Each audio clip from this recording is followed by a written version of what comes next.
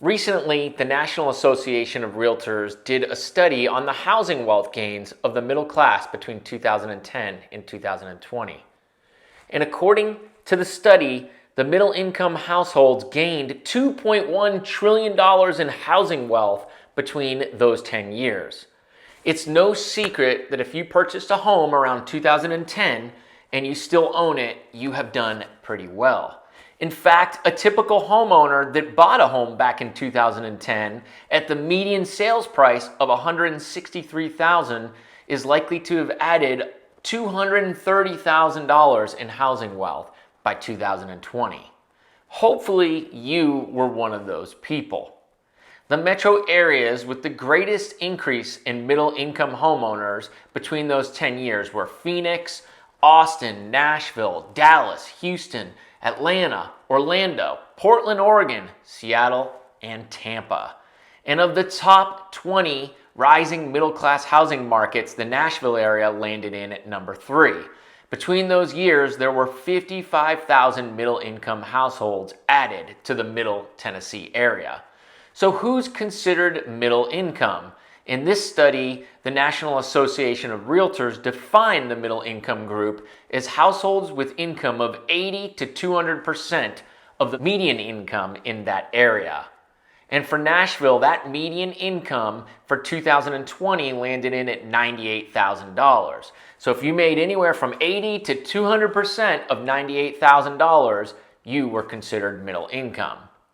But unfortunately, as the home prices have gone up and become less affordable, the distribution of housing wealth has become much worse over the last decade.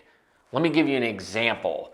Between those 10 years, there was a total housing wealth accumulation of $8.2 trillion in the United States across all the income groups.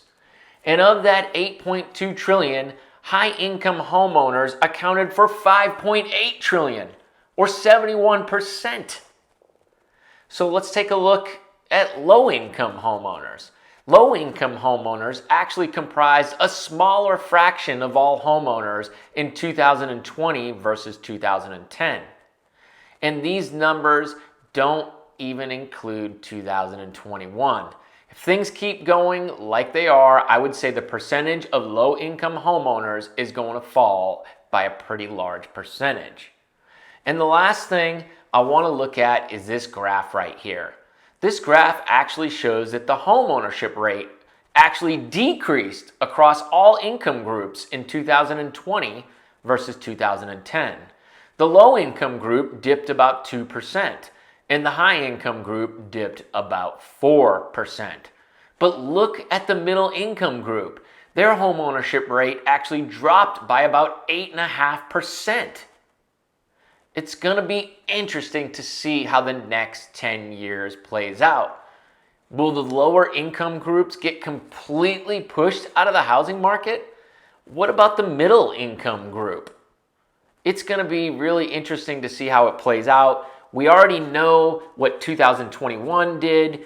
2022 looks to be a little bit more of the same. So all we can do is sit back and watch what happens and see how the next 10 years go. I hope you found this video interesting. Please, if you haven't already, give the video a like and subscribe to my channel so you don't miss any future updates. Thank you so much, and I'll see you guys next time. Bye.